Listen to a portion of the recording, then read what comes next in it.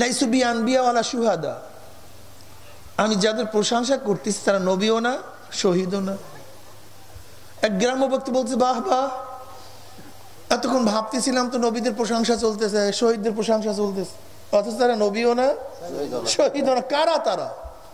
জলদি পরিচয় দেন। এবার সরদার দো আলম আলাইহিস সালাতু ওয়াস সালাম পরিচয় দেওয়া শুরু করলেন। হুমুল মুতাহাব্বুনা ফিল্লাহি মিন কাবাইলি শাত্তা ওয়া বিলাদিন শাত্তা ইয়াস্তামিউনা আলা যিকরিল্লাহি ইয়াযকুরুনাহু।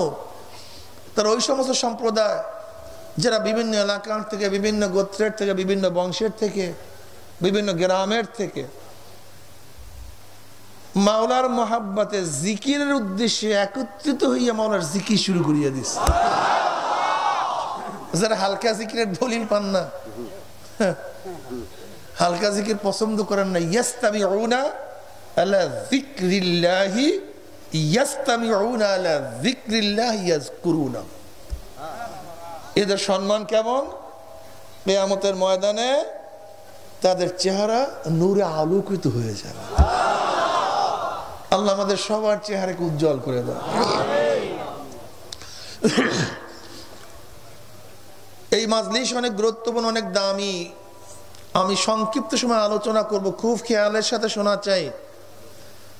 আমি কোরআনের আয়াত তেলাওয়াত করছি যা আমরা দোয়া হিসাবে সবসময় করে থাকি।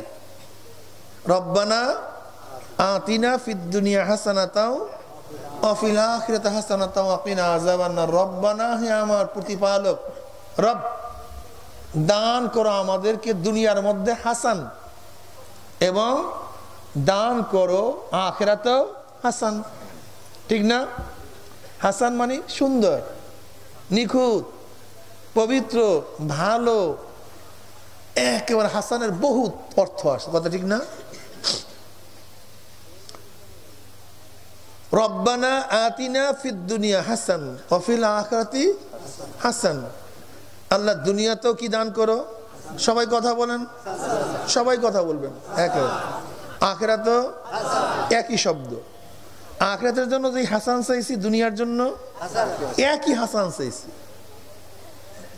আখিরাতে হাসান সম্পর্কে কম বেশি সবাই জানি। জান্নাত কেমন হবে, বিশাল এক ব্যাপার স্যাপার। যাকে আল্লাহ ছোট একটা জান্নাত দিবে, দুনিয়ার চেয়ে 10 গুণ বড় হয়ে যাবে। গোটা জান্নাতের ভূমিটা মিশক এবং আম্বারের দ্বারা হয়ে যাবে। জান্নাতের মধ্যে এক একটা বিল্ডিং হবে হাজার হাজার তালা বিশিষ্ট। এক একটা ইট হবে স্বর্ণের, এক একটা ইট হবে রূপর, জওয়াহির দ্বারা গাঁথনি হয়ে যাবে। ঠিক না? জান্নাত কেমন? কুতুবুহা দানিয়া কুতুবুহা দানিয়া কুলু ওয়াশরাবু হানিয়াম বিমা আসলাফতুম ফিল আইয়ামিল খালিয়া।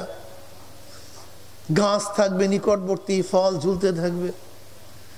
একটা গাছ এত বড় হবে, নবী আলাইহিস সালাম ফরমান, জোরে চলনেওয়ালা একটা ঘোড়া একটা গাছের ছায়ার মধ্যে 40 বছর ঘুরলেও গাছের ছায়া শেষ করতে পারবে না। সুবহানাল্লাহ পড়ছেন, খুব ভালো কাজ করছেন। কেন? জান্নাতের ভূমি সব চাটিয়াল ময়দান, কোনো গাছ গাছালি কিচ্ছু নেই। এখন গাছ রোপণ করতে হবে এখান থেকে। কোন জায়গার থেকে? এখন বাগানের মধ্যে গাছ লাগাতে থাকেন। কিভাবে লাগাবেন? এই যে সুবহানাল্লাহ পড়ছেন, গাছ রোপণ হয়ে গেছে। আলহামদুলিল্লাহ পড়ছেন, গাছ রোপণ হয়ে গেছে। আল্লাহু আকবার পড়ছেন, হ্যাঁ গাছ হয়ে গেছে। এখান থেকে গাছ রোপণ করতে হবে। যদি জিকির আজকাল কম করেন আর জান্নাতের মধ্যে যান, আপনার বাগান খালি থাকবে, ভাল লাগবে না। আর যার বাগানটা গাছে পরিপূর্ণ, ফলওয়ালা গাছ, তার বাগানটা ভালো লাগে না ভাই? এর জন্য যে জাকের, তার জান্নাতের ভূমিটা গাছে পূর্ণ থাকবে। এই বাস গাছ লাগানো হয়ে গেছে। এর রিমোট, যেরকম পাথফাইন্ডার যখন আকাশে যায়, মহাকাশে চালায় নিচে বৈশা, বর্তমানে এসি চালায় রিমোটে। এসি এক জায়গায়, রিমোট ভিন্ন জায়গায়। বর্তমানে বোমা মারে সব রিমোটে, সুইচ চাপ দেয় এখানে, বোমা ফুটে 1000 মাইল দূরে, নাকি ভাই? সুইচ চাপ এক জায়গায়, বোমা মারে 1000 মাইল দূরে। ঠিক বর্তমানে সুবহানাল্লাহ বলবেন, এখানে গাছ রোপণ হবে জান্নাতে, রিমোট। এটা বুঝতে হবে আপনাকে, এর জন্য বেশি বেশি পড়েন সুবহানাল্লাহ, নাহলে আপনারা এই ময়দান খালি থাকবে। কিরা গাছ লাগাইতে ফেরেশতারা, আপনি লাগাই নিয়েন গাছ। জান্নাতের মধ্যে গাছগুলি ছায়াযুক্ত হবে, গাছের মধ্যে ফল হবে, বিশাল বিশাল ফল। যখন জান্নাতি মানুষের মন চাইবে ফল খাওয়ার জন্য, অটোমেটিকলি সেন্সর করা থাকবে। কি করা থাকবে? সেন্সর করা থাকবে। দেখেন নাই বর্তমানে টেপ আছে, যারা বিদেশে গেছেন বিভিন্ন এয়ারপোর্টে এরকম অমনি পট করে পড়ে যাবে, সেন্সর করা। গাছে উঠতে হবে না, পারার দরকার নেই। এত কষ্ট কেন করতে যাবেন? ব্যাস অটোমেটিক জান্নাতের ফলটা মুখের মধ্যে মিশিয়া যাবে। চাবাচাবির দরকার নেই মিয়া। ভেজাল, মুখ ব্যথা হয়ে যায়, দাঁত নষ্ট হয়ে যায়, পোকায় ধরে, ডাক্তার দেখাতে হয়, ভেজাল বুঝাল নেই। একটা জান্নাতের ফলের মধ্যে কমপক্ষে 40 রকমের উপর স্বাদ লাগবে। এই মাত্র আপেল খাইছেন, ভাল লাগে না আবার আপেল খাইতে? একই স্বাদ। আল্লাহ নবী বলেন আবারও খা। একটু আগে একই গাছের থেকে, একই জায়গার থেকে যে আপেল খাইছো, তার যে স্বাদ ছিল, আবার দ্বিতীয়বার খাওয়ার সাথে সাথে স্বাদ পরিবর্তন হয়ে যাবে। ফলযুক্ত গাছ ভালো লাগে না, ফলবিহীন গাছ ভালো লাগে? এই মাত্র ফল ছিঁড়ে গেছে, খালি খালি জায়গাটা, আল্লাহ নবী বলেন সাথে সাথে সেখানে ফল হয়ে যাবে। আবার গাছগুলির মধ্যে হরেক রকমের পাখি থাকবে। এক একটা পাখির ডিজাইন যে কি হবে তা আল্লাহ ভালো জানেন। বর্তমানে দেখছেন নেটের মধ্যে অনেক পাখি, ওই পাখি দেখলে আমার জান্নাতের পাখির কথা মনে হয়। আল্লাহ দুনিয়ার মধ্যে এত সুন্দর সুন্দর পাখি সৃষ্টি করছেন, সেই মাওলা জান্নাতের গাছের মধ্যে জানি কত সুন্দর পাখি রেখে দিয়েছেন। নবী আলাইহিস সালাতু ওয়াস সালাম ফরমান, জান্নাতের পাখিগুলি যখন গান ধরবে, আপসের মধ্যে গান গাওয়া শুরু করবে, আমার নবী আলাইহিস সালাতু ওয়াস সালাম বলেন, যদি কোনো মানুষ জান্নাতের পাখির গান একবার শুনতো, দুনিয়ার কোনো কাজ করতে পারতেন, ওই তালেই থাকতো। সরদার দো আলম আলাইহিস সালাতু ওয়াস সালাম ফরমান, পাতাগুলি আন্দোলিত হবে, পাতাগুলি আন্দোলিত, একটার সাথে একটা বাড়ি লাগবে। বাতাস লাগলে বাড়ি লাগে না পাতার সাথে? আন্দোলিত হয়ে বাড়ি লাগবে। এক জান্নাতি পাতা, গাছের পাতার পাতার সাথে যখন বাড়ি লাগবে, এমন সুন্দর বাজনা, এত সুন্দর বাজনার আওয়াজ আসবে, গোটা দুনিয়ার মানুষ ওই বাজনা শুনলে দুনিয়ার সমস্ত কাজকর্ম ফেলে দিয়ে ওই বাজনার তালেই থাকতো। হ্যাঁ, আল্লাহ পাক হুরদেরকে কি সুন্দরী বানাইবেন, এত চিন্তাই করতে পারবেন না। একবার দেখলেই পাগল হয়ে যাবেন। কথাটা বুঝাতে পারেন না? যে সৌন্দর্যের কোনো শেষ নাই, কোনো সীমা নেই। কাবে আহবার রাদিয়াল্লাহু ফরমান, জান্নাতের মধ্যে জান্নাতীদের জন্য একটা সবুজ ইয়াকুত পাথরের মহল করা হবে। কি পাথর ভাই?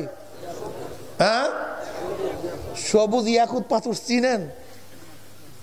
চিনেন না? আমি একটু সামান্য ব্যাখ্যা দিলে বুঝতে পারবেন।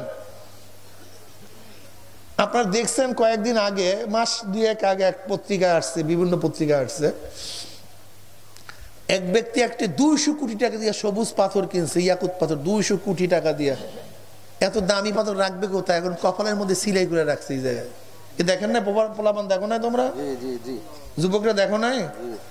কপালের মধ্যে সিলাই করে এখানে ফিটিং করছে। আচ্ছা বলেন তো, কি পরিমাণের পাথর এখানে ফিটিং করা যায়? এত বড় পাথর ফিটিং করা যায়? এতটুকু না? দাম কত? 200 কোটি টাকা। সবুজ ইয়াকুত পাথর দুনিয়ার। একটা উদাহরণ দিলে বুঝতে পারবেন। কিন্তু বেচারার কপাল খারাপ, চুরি না হয় এর জন্য কপালের মধ্যে সেলাই করছে, এইটা চুরি হয়ে গেছে বেচারা। আফসোসে জীবন শেষ, এটা চুরি হয়ে গেছে। চুরির থেকে ফিরে আবার জন্য কপালের মধ্যে সিটিং করছিল। এইটা আমার বুঝাবার দরকার না, আমার বুঝাবার দরকার দাম। তাই কপালের মধ্যে, চামড়ার মধ্যে যেটা ফিটিং করা যায়, সে পাথরটা তো খুব বড় না, কিন্তু দাম কত? হ্যাঁ, দুনিয়ার ছোট্ট একটা মার্বেলের মতো সবুজ ইয়াকুত পাথর যে 200 কোটি টাকা দাম হয়। এখন জান্নাতের সবুজ ইয়াকুত পাথরের দাম কি পরিমাণ হবে বলেন তো? আল্লাহ পাক রব্বুল আলামিন এরকম সবুজ ইয়াকুত পাথরের একটা মহল করবে। মহলটা কত ছোট হবে? সরদার দো আলম আলাইহিস সালাতু ওয়াস সালাম ফরমান, ওই বিল্ডিং এর মধ্যে 70,000 রুম হবে। কত হাজার রুম? এক একটা রুম কত ছোট হবে? নবী আলাইহিস সালাতু ওয়াস সালাম পরে সাল্লাল্লাহু আলাইহি ওয়াসাল্লাম, এক একটা রুমের মধ্যে 70,000 দরজা থাকবে। কি 70,000 দরজা বিশিষ্ট রুমটা ছোট না বড়?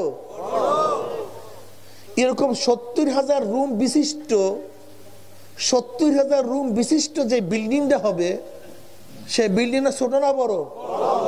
আচ্ছা, এই গোটা বিল্ডিং সবুজ ইয়াকুত পাথরের হয়, তার দাম কত? হিসাব আছে কোন? করতে পারবে? আমার নবী, পেয়ারা নবী আলাইহিস সালাতু ওয়াস সালাম ফরমান, এই বিল্ডিংটা আল্লাহ পাক ওই ব্যক্তিকে দান করবেন দুনিয়ার মধ্যে যার কাছে হারাম মাল পেশ করা হয়েছিল। এই যে চেয়ারম্যান সাহেবের কাছে হারাম মাল পেশ করা হইবে, কথা বলছেন, কিন্তু লোককে সংবরণ করছে, খাবে না, হারাম মাল গ্রহণ করবে না, হাতকে গুটায় নিছে। নবী আলাইহিস সালাতু ওয়াস সালাম ফরমান, যেহেতু দুনিয়ার লোভ সে সামলাইছে, দুনিয়ার লোভ সংবরণ করছে, সামাল দিছে, এর জন্য আল্লাহ পাক খুশি হয়ে ওই ব্যক্তিকে সবুজ ইয়াকুত পাথরের বিল্ডিং দিয়ে দিবে। প্রিয় যুবকরা, রাজি আছেন ইনশাআল্লাহ? হারাম থেকে বাঁচাতে হবে, হারাম থেকে নিজেকে বাঁচাতে হবে, হারাম থেকে, হারাম থেকে। এই গোটা দুনিয়ার মধ্যে যত ভেজাল সবই হারাম, সব কি এই হারাম।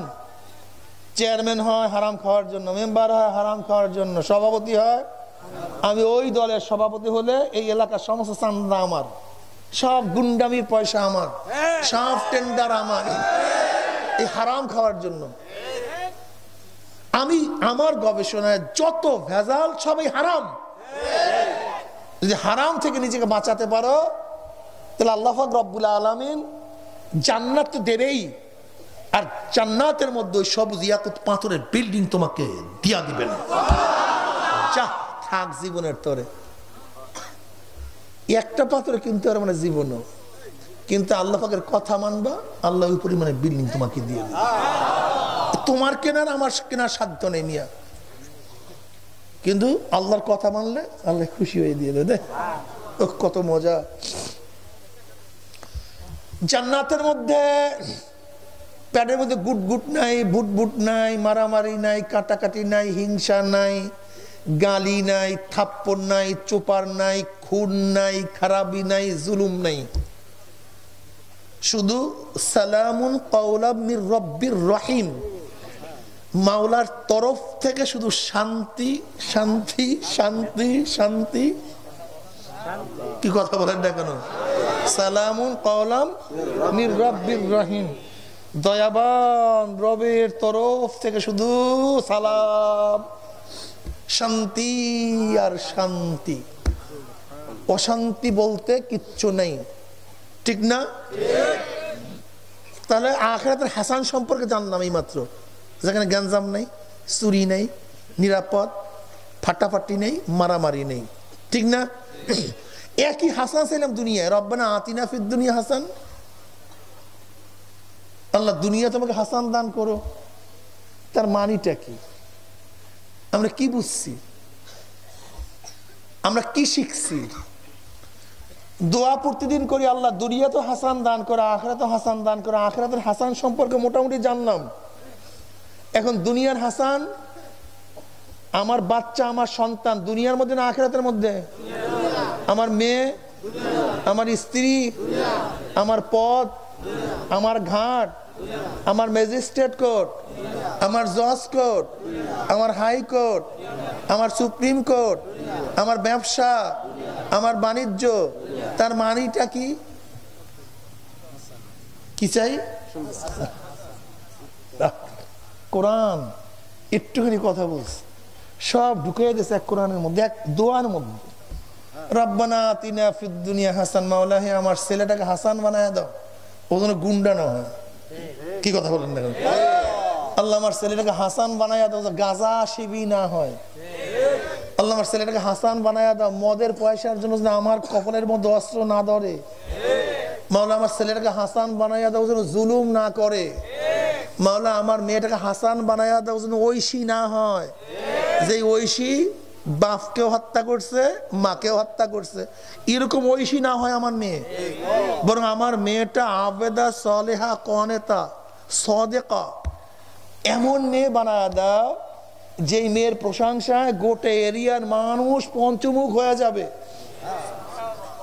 যে মেয়ের সুপারিশে আমি জান্নাতে চলে যাব, যে মেয়ে পর্দানিসীন হবে, যেই মেয়ে আব্দুল কাদের জিলানী রহমাতুল্লাহের মতো সন্তান জন্ম দিবে, যেই মেয়ে মাইনুদ্দিন চিশতি রহমাতুল্লাহের মতো সন্তান জন্ম দিবে।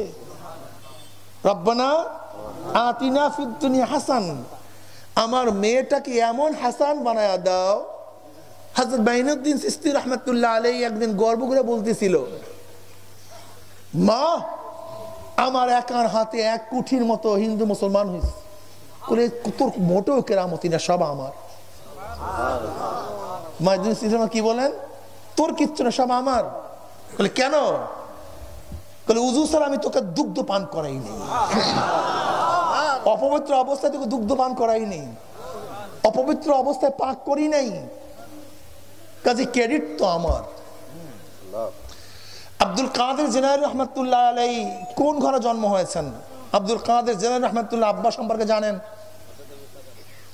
যাইতেছেন নদীর পাশ থেকে, দেখে একটা আনার ভেসে যাচ্ছে পানির সাথে, ক্ষুধার্ত মানুষ, আনারটা উঠে খেয়ে ফেলাইছে। হঠাৎ চিন্তা করছে, কার আনার খেলাম, যদি দাবি না সারে, ভেজাল, অবস্থা খারাপ। হাঁটতেছে, গাছ কোথায়? গিয়া দেখে নদীর পাড়ের এই গাছ, নিশ্চিত এই গাছেরই ফল হবে। মালিককে খোঁজো, তাকে। ব্যাস মালিক পাওয়া গেছে। ভাই আপনার পরন্তটা আপেল তো খেয়ে ফেলছে, আনার খেয়ে ফেলছে। মালিকও চিন্তা করতেছে, এই ছেলে আর ছাড়া যায় না, এই ছেলে আর ছাড়া যায় না। আমরা বিবাহ দেবে কাকে? কলে ছেলে চাকরির পয়সা কম হইলো, বাড়তি কিছু আছে, মানে পায়খানা আছে। কি কথা বলেন না কেন? কি আছে ভাই? পায়খানা। শুধু আমরাই বলি না, আব্বাজানি বলেন নাই। বর্তমান মন্ত্রীরা, মন্ত্রী পরিষদের সচিব আনোয়ারুল করিম সাহেব, সেও বলছে বর্তমানে তুমি ঘুষ না খেয়ে পায়খানা খাও। আপনারা জানেন মাওলানা আব্দুল হামিদ খান ভাসানী, তিনিও বলেছেন তোমরা সরকারি মাল না খেয়ে পায়খানা খাও। আর আব্বাজান রহমাতুল্লাহ জীবনভর বলেছেন হারাম না খাইয়ে পায়খানা খাও, কেন পায়খানাও হারাম, অবৈধ মালও হারাম, দোনোটাই হারাম। যদি ঘুষ সুদ চুরির মাল খাও তার পেটের মধ্যে হারাম বেশি ঢুকবে, আর যদি পায়খানা খাও চামচ দিয়া বেশি খাইতে পারবে না, কমপক্ষে কম খাওয়া হবে।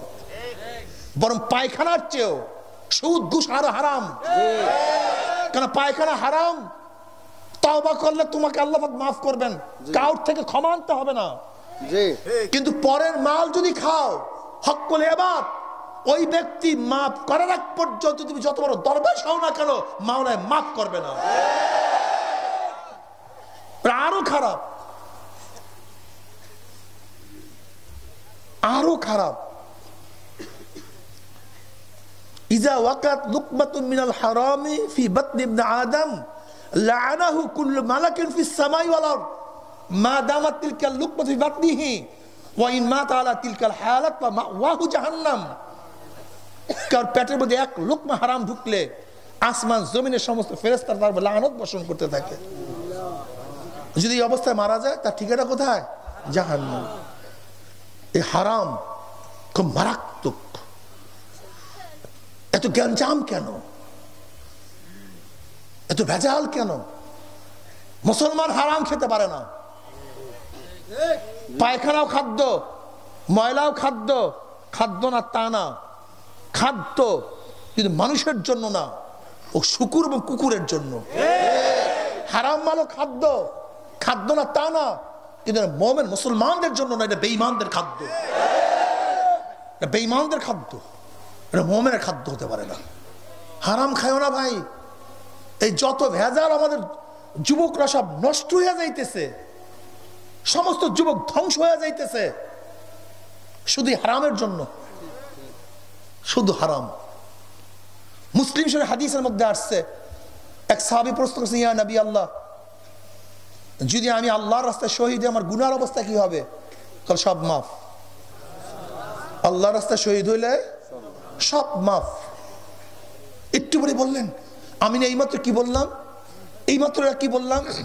বলছেন, ইয়া নবী আল্লাহ, কেউ আল্লাহর রাস্তায় শহীদ হয়ে গেলে তার গুনাহ মাফ? বলে এইমাত্র আমাকে জিবরাইল আসছে, এইমাত্র এই ঘোষণা দেওয়ার পরে আমার কাছে জিবরাইল আসছে, আসিয়া বলছে, ইল্লা হক্কুল ইবাদ, ইল্লা হক্কুল ইবাদ, ইল্লা হক্কুল ইবাদ। যদি হক্কুল ইবাদ জিম্মার মধ্যে থাকে, শহীদ হয়ে গেল, আল্লাহ পাক মাফ করবে না। হক্কুল ইবাদ খুব কঠিন। জুলুম, অত্যাচার, গীবাত, শিকায়েত, অর্থ নষ্ট করা। অনেক সময় দেখা যায় বোনদের সম্পত্তি দেয় না, এখানে দুইটা গুনাহ। যদি ওয়ারিসের সম্পত্তি না দেওয়া হয়, এখানে গুনাহ কয়টা? আল্লাহ মাফ করে দেও। এক তো হারামের গুনাহ, আর একটা হারামকে হালাল জানার গুনাহ। হারামকে ঈমান চলে যায়, হালালকে হারাম জানলে। হালালকে হারাম, হারামকে হালাল। হালালকে কেউ যদি হারাম জানে, হারামকে যদি হালাল জানে, ঈমান চলে যায়। দুইটা গুনাহ। ওয়ারিসদের সম্পত্তি, অনেক মুসল্লি, অনেক দরবেশ নামাজ পড়ে, লেকিন দেখা যায় মেয়েদের সম্পত্তি দেয় না, ছেলেদের নামে লিখে দেওয়া যায়। এ কপাল পোড়া, তোর জান্নাতের ওয়ারিসই তোর কাটা গেছে, তোর জান্নাতের সম্পত্তি কাটা গেছে। নবী আলাইহিস সালাতু ওয়াস সালাম ফরমান, যেই ব্যক্তি দুনিয়াতে ওয়ারিসের সম্পত্তি কর্তন করবে, আল্লাহ পাক রব্বুল আলামিন তার জান্নাতের সম্পত্তি কর্তন করবে। তোর জান্নাতের সম্পত্তি কর্তন হয়ে গেছে। মুসল্লি, দাড়িওয়ালা, টুপিওয়ালা, দেখা যায় মেয়েদেরকে মাহরুম করে দিচ্ছে, মেয়েদেরকে দেয় নাই। এই সম্পত্তি কার? আল্লাহর সম্পত্তি, আমাদের কার সম্পত্তি না। আল্লাহ যেইভাবে বন্টন করতে বলছেন, তোমাকে সেইভাবেই বন্টন করতে হবে। চালাকি করা যাবে না, চালাকি করা যাবে না, হারাম খাওয়া যাবে না, ঠিক না ভাই? এক আল্লাহর ওলি ইবাদত করে কিন্তু কাশফ হচ্ছে না, কাশফ হচ্ছে না। এখন তার শায়েখ বলছে, তোমার কাশফ হবে, লেকিন তোমাকে হালাল মাল খেতে হবে, হালাল মাল ছাড়া তোমার কাশফ হবে না।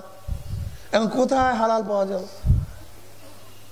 ঘুরতে ঘুরতে দেখে এক কাঠুরিয়ার বাড়ি, কাঠ কাটে, তা দিয়ে যে পয়সা উপার্জিত হয়, তা দিয়ে জীবিকা নির্বাহ করে। হ্যাঁ, এটা হালাল, ঠিকই আছে, আমাকে একটু খানা, ব্যাস তাকে খানা খাওয়ানো হচ্ছে। যখনই হালাল পেটের মধ্যে ঢুকছে, অমনি কাশফ জাহির হয়ে গেছে। যেই খানা খাইছে, কাশফ শুরু হয়ে গেছে। এখন খালি হাত দিয়ে এরকম করতেছে, শেষ করতেছে, এরকম শেষ করতেছে। এখন কাটুইয়ার মেয়ে বলতেছে, ছোট্ট মেয়ে, তুমি কি করতেছো? হ্যাঁ, এরকম করো না। আরে তুমি বুঝবা কি? তুমি পিচ্ছি মেয়ে, তুমি কি বুঝবা? আমি যা বুঝবো তুমি তা বুঝবো না। তুমি যেই নৌকার পানি শেষ করতেছো, তুমি শুধু দেখো নৌকা ডোবে, কিন্তু নৌকা কাঁদে তা কি তুমি জানো? এখন তো সেই বুজুর্গ হকচক খেয়ে গেছে। তুমি দেখতেছো নদীর মধ্যে, সাগরের মধ্যে নৌকা ডুইবা যাইতেছে, তার মধ্যে অনেক যাত্রী, এই জন্য তুমি এখানে বসে পানি শেষ করতেছো। এতটুকু তো জানো না এই নৌকাটা কার। এখন তাকায় করে দেখো, মুসলমানদের বিরুদ্ধে বেঈমানরা লড়াই করার জন্য রওনা করছে। আল্লাহ পাক রব্বুল আলামিন গজবে তার নৌকাকে ধ্বংস করতেছে, আর তুমি সেই নৌকার পানি শেষ করতেছো। তুমি বুঝলা কেমনে? তুমি দেখলা কেমনে? বুজুর্গ, যদি একবার হারাম একবার হালাল তোমার পেটের মধ্যে ঢোকার কারণে তোমার কাশফ জারি হতে পারে, তার যার ছোটবেলার থেকে আজ পর্যন্ত এক লোকমা হারাম ঢোকে নাই, তার কি কাশফ জারি হতে পারে না?